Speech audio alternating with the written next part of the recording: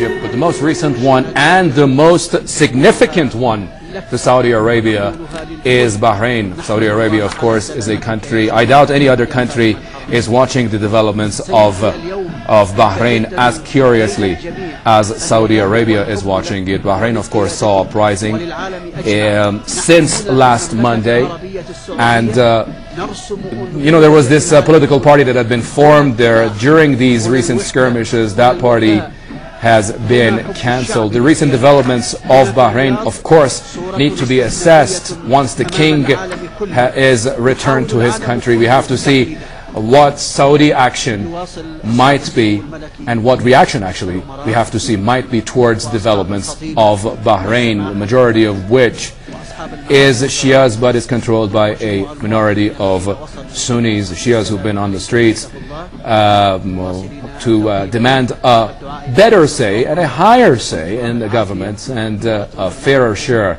of the country's revenue. We have to see the development of Bahrain, which is a majority, as I said, majority Shia populated country, will mean for the political spectrum in Saudi Arabia. What kind of concerns are there about the situation?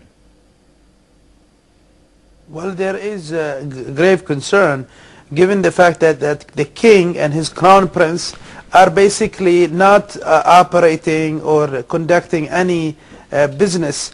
It is true that in name Crown Prince Sultan, for example, is in Riyadh, but he is not meeting people, he is not issuing policy.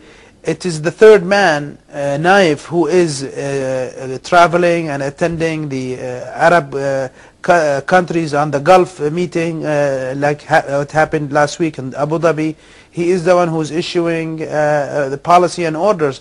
But King Abdullah, for all intents and purposes, is out of the government because he is in New York.